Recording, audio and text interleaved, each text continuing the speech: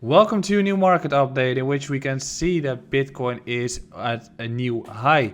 We've briefly touched 56k as there is a focus towards the Bitcoin ETF approval at this point.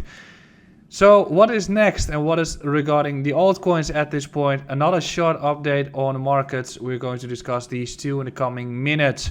But before that, do not forget to subscribe to this YouTube channel, like the YouTube video, and also follow me on Twitter and Instagram if you are enjoying the content. Looking at the markets at this point, what we can see is that the ETF rumors are getting heavier and heavier.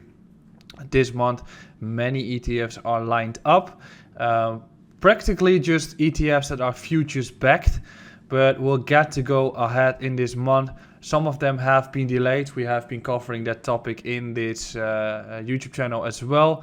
But this is a very big month in which we most likely are going to get one. And that's opening up the gates towards institutional investments.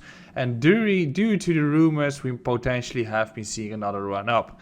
Willy Woo, kind of skeptic. It states it also includes the difference between spot ETFs and futures ETFs. That is something that we're going to address on this YouTube channel as well, as future ETFs is a little bit different than spot ETFs. As with future ETFs, you can also anticipate on a potential downwards move by the futures underlying, or you can use them as an additional strategy-based perspective. And that is kind of different than when you've got a spot ETF, but we're going to address that topic way more. Also, the price movements are doing great. As we can see here, we are once again touching the high. Couldn't really pass through it yet, but overall this is a very bullish outlook. And we have discussed the range that we're going to act in most likely earlier on too.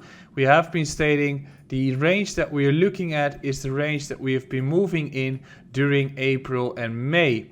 And based on that perspectives, you don't really want to see Bitcoin drop that low. So if we look back of the range structure and the levels that are important to watch, these are the zones that we could be facing as a support zone. So the area of support used to be the area around 50k. What are we going to look at for an area of support for Bitcoin at this point? We're going to look at the exact same level to hold on. So I generally don't want to see Bitcoin drop beneath 51k. Especially as we're grinding back into this range-bound construction, especially given that we don't really want to drop beneath this block and also not beneath this resistance level that we've got here.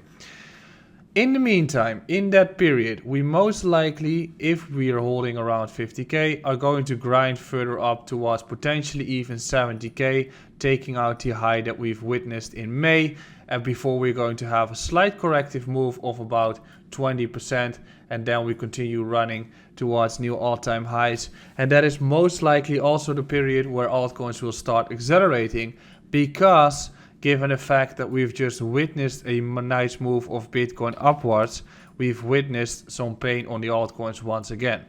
I've discussed the Ethereum against Bitcoin topic here, and I've been stating the levels that we should be watching, and you could just barely see it, but there were so many squigglies that I had to remove it.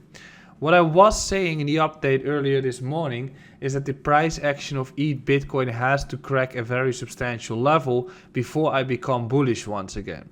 And we can see how history has been doing there too.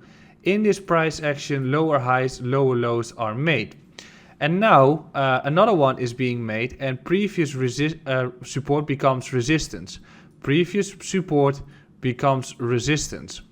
If Ethereum against Bitcoin breaks back up and consolidates here, that might be a long trigger, but right now the trend is down, and especially given the fact that Bitcoin was moving up, ETH against Bitcoin started to drop.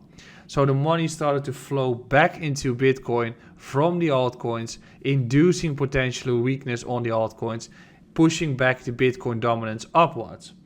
In that perspective, I still believe that we're going to have more pain on the altcoins. And I think you can still scalp trade some nice trades on altcoins. But overall, if you want to look for swing trades on altcoins, you should be patient in this period, as I'm assuming that Bitcoin is going to take over the momentum. Looking at Cardano, exactly the same view.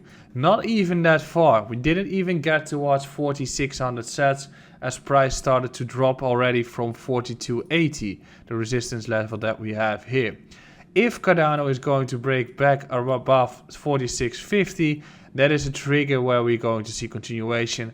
Otherwise, I'm looking at lower levels for Cardano.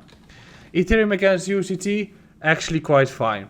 We've taken the high, we're just consolidating, same view as with Bitcoin, but as we just discussed, Ethereum against Bitcoin is the one to watch, as if that one is going to be bottomed out, that is when the real alt season starts to happen again. Until then, it is time for Bitcoin to shine. I hope you have enjoyed this small update. I'll be back tomorrow with a longer version. And don't forget to subscribe to this YouTube channel. And don't forget to check out my Twitter and Instagram. Have a wonderful day.